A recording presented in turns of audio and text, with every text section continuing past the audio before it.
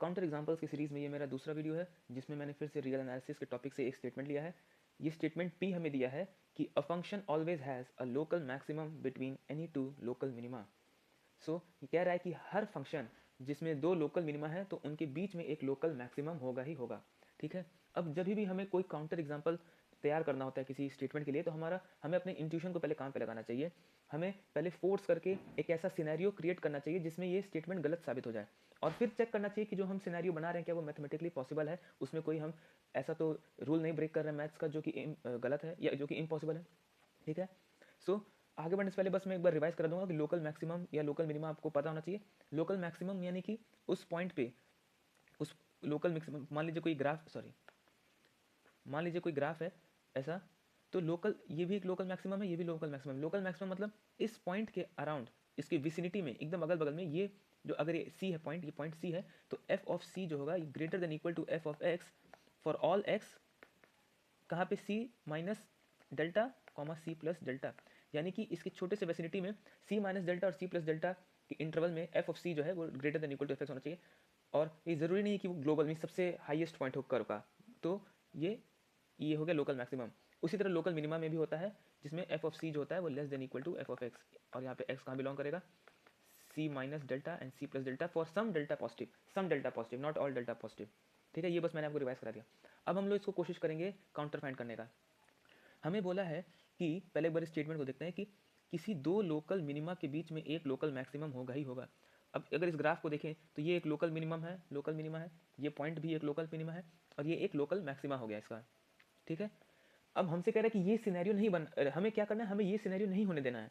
तो अब हम लोग अगर सिंपली हम एक बार सब भूल जाए, हम सोचें कि हमें यहाँ पे लोकल मैक्सिमम नहीं होने देना है, तो हम क्या कर सकते हैं, हम क्या करेंगे, हम इस ग्राफ को ऐसे बना देंगे, ऐसे, और ये ऐसे, और इस पॉइंट को, अब बताइए, अब इस पॉइंट के लिए, एक पर्टिकुलर पॉइंट के लिए, बस इसको मैं मानता हूँ सी, और ये मेरे दोनों लोकल मिनिमम पॉइंट है, ये C2 और ये C1। अब मैं कह रहा हूँ मुझे यहाँ पे लोकल मैक्सिमा नहीं चाहिए, तो अगर मैं यहाँ पे इस फंक्शन को, इस पॉइंट पे फंक्शन को बस यहाँ डिफाइन कर दूँ, एक सेकेंड, इस फंक्शन को मैं अगर इस पॉइंट पे इस कर्व के ऊपर डिफाइन कर दूँ, तब तो ये पॉसिबल नहीं, क्योंकि तब हमें वो लोकल मैक्सिमम मिल गया, क्योंकि इसके अराउंड सारे पॉइंट्स इससे छोटे हैं या इससे नीचे हैं। लेकिन अगर मैं ये करूँ कि मैं ऊपर के बजाय उस पॉइंट को नीचे डिफाइन कर दूँ, तो अब जो पॉइंट है ये खुद एक लोकल मिनिमम हो गया। क्यों? क्योंकि इसके अराउंड जितने भी इसके विसिनिटी में पॉइंट है वो इससे ऊपर है, तो ये एक लोकल मिनिमम हो गया। और क्या इस पूरे ग्राफ में कहीं लोकल मैक्सिमम दिख रहा है, कहीं भी किसी के बीच में नहीं। अगर आप कहेंगे कि मैं इस वाले पॉइंट को लोकल मैक्सिमम कह दूंगा, तो मैं कहूँगा कि फॉर एग्जाम्पल ये पॉइंट मान लेते हैं कि 0.99 है ये, तो आप कहेंगे कि ये वाला 0.99 है और ये 1 है, तो मैं कहूँगा कि नहीं, मैं पॉइंट 0.999 देख लूँगा। तो ऐसे ये हम कभी भी उसके लोकल, ऐसा कोई पॉइंट नहीं एग्जिस्ट करेगा जिसको हम लोग पिन पॉइंट कर सकते हैं कि हाँ यहाँ पे लोकल मैक्सिमम है। ठीक है, सो हमें एक काउंटर एग्जांपल मिल गया, और इसका ग्राफ बनाना अगर आप चाहेंगे तो इसको आप इक्वेशंस इसका क्रिएट करके आप इसका ग्राफ लिख सकते हैं। अब मैं थोड़ा एक और इजी काउंटर एग्जांपल आपको बताऊंगा जो आप इजीली इमेजिन कर सकते हैं। कि ये देखिए एक बार, कि यहाँ पे मैंने कहा, मैंने यहाँ पे एक डिसकंटिन्यूटी कर दी और इसको पॉइंट को नीचे डिफाइन कर दिया, ग्राफ कर्व से नीचे। अब ये भी तो पॉसिबिलिटी है कि सिंस हमें ये वाला सिनेरियो नहीं होने देना है, ठीक है, तो हम क्या क्या कर सकते हैं, एक तो ये, दूसरा हम क्या कर सकते हैं, मैं ग्राफ अगर मेरा कुछ ऐसा है तो,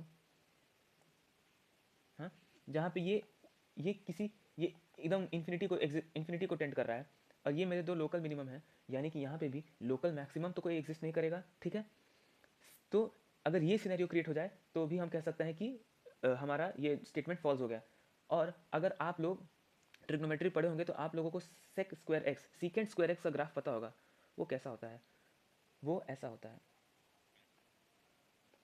ये मेरा ग्राफ थोड़ा वो हो सकता है, ये π/2 होना चाहिए, यहाँ पे π/2, ये क्योंकि π/2 पे जो सीकेंट ऑफ एक्स है वो इन्फिनिटी को टेंड करता है, ये 3π/2। सो पॉइंट ये है कि ये ग्राफ, एक तो ये पीरियोडिक फंक्शन है और इसका ग्राफ ऐसा होता है, यानी कि यहाँ किसी भी दो लोकल मिनिमा के बीच में लोकल मैक्सिमम एग्जिस्ट नहीं कर रहा है। तो ये अगर आप लोग ट्रिग्नोमेट्री पढ़ोगे तो ये एग्जांपल, जैसे ही आपने ये इंट्यूशन आपके दिमाग में आया कि ऐसा पॉसिबिलिटी अगर स्टेटमेंट को फॉल्स कर सकता है, तो आपके दिमाग में तुरंत सीकेंड स्क्वायर एक्स का ग्राफ आना चाहिए दिमाग में। तो आपको यहाँ से ये मिल गया कि ये एक काउंटर एग्जाम्पल है। सो एक काउंटर एग्जाम्पल ये मिल गया, एक काउंटर एग्जाम्पल ये वाला मिल गया, इसको मैं फंक्शन f1 कह देता हूँ।